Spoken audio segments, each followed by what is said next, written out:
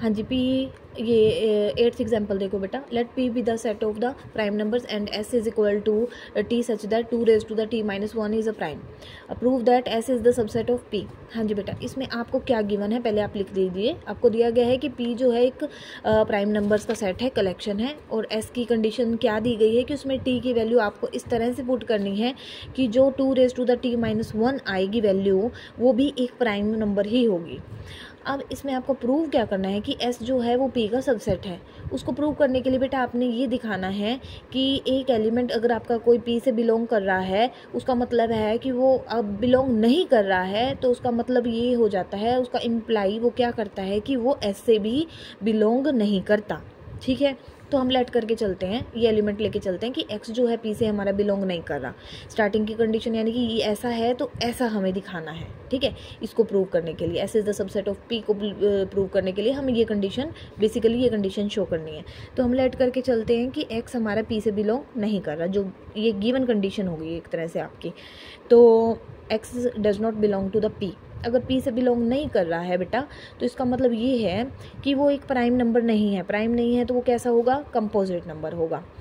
अब हमें प्रूव क्या करना है, वही वाली बात कि हमें प्रूव ये करना है कि x S से भी बिलोंग नहीं करेगा। अब लेट इफ़ पॉसिबल, अगर आपके पास पॉसिबल है तो आप मान के चलिए कि x बिलोंग कर रहा है S से। आप मान लीजिए कि x जो है S से बिलोंग कर रहा है। ठीक है, अगर S से बिलोंग कर रहा है, प्रूव हमें करना नहीं है, लेकिन हम बिलोंग करके चलेंगे क्योंकि हम इसकी कॉन्ट्राडिक्शन दिखा देंगे। वो नेचुरली आपका आ जाएगा कि वो उससे बिलोंग नहीं करेगा, क्योंकि हमारी कॉन्ट्राडिक्शन दिखाने से सुपोजिशन जो है हमारा जो लेट किया है वो हमारा रॉन्ग प्रूव हो जाता है। जो हमने लेट किया है वो हमारा रॉन्ग हो गया, तो वो उससे बिलोंग नहीं करेगा बेटा। तो हम लेट करके चलते हैं कि x एलिमेंट जो है बिलोंग कर रहा है S से। अगर वो बिलोंग कर रहा है बेटा, तो इसका मतलब है 2 की पावर अगर आप x रखते हो, -1 जो है वो एक प्राइम नंबर होगा, लेकिन x की वैल्यू आप वहाँ पर क्या रख पाओगे, कंपोजिट नंबर रख पाओगे। ठीक है, कंपोजिट नंबर आप रख सकते हो। तो इसके लिए मैं कोई भी कंपोजिट नंबर ले लेती हूँ। आप 4 ले लीजिए, ठीक है, कुछ भी आप ले सकते हैं, 4 ले लीजिए, 6 ले लीजिए। तो मैंने वैल्यू पुट की 2 रेज टू द 4, 4 - 1 आ गया आपका 15। 15 एक ऐसा नंबर आया है बेटा आपका जो एक प्राइम नंबर नहीं है। वो 3 और 5 पर भी कट जाता है, वो एक प्राइम नंबर नहीं आया। यानी कि आपकी जो लेट करके आपने चले हैं कि वो बिलोंग कर रहा है, वो रॉन्ग हो गया। रॉन्ग हो गया का मतलब वो x S से बिलोंग नहीं करेगा। ठीक है, नहीं बिलोंग करेगा, यानी कि आपकी कंडीशन इम्प्लाई कर गई है कि अगर x आपका P से बिलोंग नहीं करता है तो वो S से भी बिलोंग नहीं करता है। इसका मतलब S जो है आपका वो P का एक सबसेट है, उसी का एक पार्ट है, क्योंकि जैसा वो कर रहा है वैसा ही वो कर रहा है। वो बिलोंग नहीं कर रहा तो वो भी बिलोंग नहीं कर रहा। ठीक है, यानी कि वो उसका एक सबसेट है ही नहीं। एलिमेंट तो तब बिलोंग करते हैं ना जब वो उसके अंदर प्रेजेंट होते हैं सेट के अंदर। तो प्रेजेंट के सेट के अंदर वो प्रेजेंट सबसेट के अंदर प्रेजेंट नहीं है, यानी कि वो सेट के अंदर भी, सेट से भी बिलोंग नहीं कर रहे, तो ये उसका एक हिस्सा हुआ। ठीक है, अब यहाँ पर अगर आप x 4 रख रहे हो तो आप कुछ और भी रख सकते हो बेटा। 6 रख के देखो आप, चाहे 2 रेज टू द 6 रखें। 2 रेज टू द 6 रखने पे आपका आ जाता है 64, -1 आ जाता है 63। ठीक है बेटा, 63 आपका किस टेबल पे कट जाता है, 7 पे, 9 पे, 3 पे।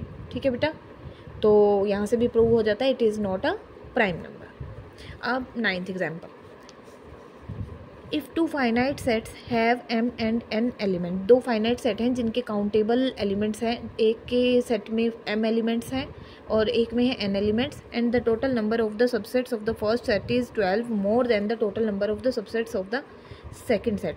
जो फर्स्ट सेट में एलिमेंट हैं वो 12 ज़्यादा होंगे आपके सबसेट से, सेकेंड सेट से। Then find the values of the m n। कहते कि तो ऐसा है तो m और n की आपने वैल्यू निकालनी है। आप लेट कर लीजिए, 2 सेट हैं A be having the elements m, a में है m एलिमेंट्स और b में है n एलिमेंट्स रिस्पेक्टिवली।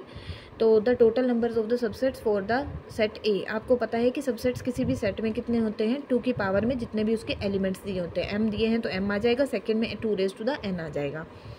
अब क्या गिवन है आपको, 2 रेज टू द, हाँ जी 12 मोर है, यानी कि एक में दूसरे से ज़्यादा कितने हैं, 12 हैं, यानी कि दोनों का डिफरेंस पहले वाले से दूसरे, पहले वाले में बेटा ज़्यादा है, फर्स्ट सेट इज़ 12 मोर ना, तो पहले वाले सेट में से दूसरे की जो वैल्यू होगी, सबसेट्स की संख्या होगी, वो आप माइनस करोगे तो किसके इक्वल आनी चाहिए, 12, ये आपको कंडीशन गिवन है बेटा।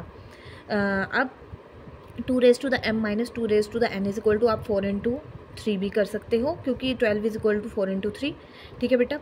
अब 2 रेज टू द n आप कॉमन ले लो बेटा, 2 raise to the n common लिया, 2 raise to the n common लिया तो इसमें से n माइनस हो गई, और इसमें से n माइनस होकर के क्या आपका बचता है 0, ठीक है। 2 रेज टू द, बेटा यहाँ से ये स्टेप मैं कर देती हूँ आपको, 2 रेज टू द n जब आपने कॉमन लिया, 2 raise to the m minus n आया, और 2 raise to the n minus n यहाँ पर भी आया, ठीक है। अब n माइनस n हो जाता है 0, और किसी भी नंबर की जब पावर 0 होती है तो वो इक्वल टू होता है बेटा 1, ठीक है। तो ये डायरेक्ट इन्होंने स्टेप लिखा है, इसलिए आपने कंफ्यूज नहीं होना। अब इक्वल टू आपने क्या लिखा था, 4 इंटू 3, 4 को आप क्या लिख सकते हैं बेटा, 2 रेज टू द 2 लिख सकते हैं, और 3 को आप क्या लिख सकते हैं, 4 minus 1, 2 raise to the 2 minus 1। आपने क्या करना है, कंपैरिजन करना है ना, इसको इसकी जैसा बनाना है, 2 की पावर में बनाना है, ये इसलिए स्टेप किया जा रहा है ताकि बेस कट हो जाए और आपके पास m और n की वैल्यू आ जाए। तो यहाँ से 2 रेज टू द n है, आप कंपेरिजन करो, first step is equal to first step, second step is equal to second step, ठीक है। तो 2 raise to the n, 2 raise to the 2, 2 और 2 बेस कट जाएगा आपका, n इज इक्वल टू 2 यहाँ से आपको मिल गया बेटा, ठीक है। इसी तरह second step, m minus n is equal to 2, ठीक है। n की वैल्यू 2 रखो बेटा, -2 है उधर जाकर के 2, तो -2 है, n कितना आया आपका 2, -2 उधर जाकर +2, तो m की वैल्यू आपकी आ गई 4 और n की वैल्यू आ गई आपकी 2, ठीक है बेटा।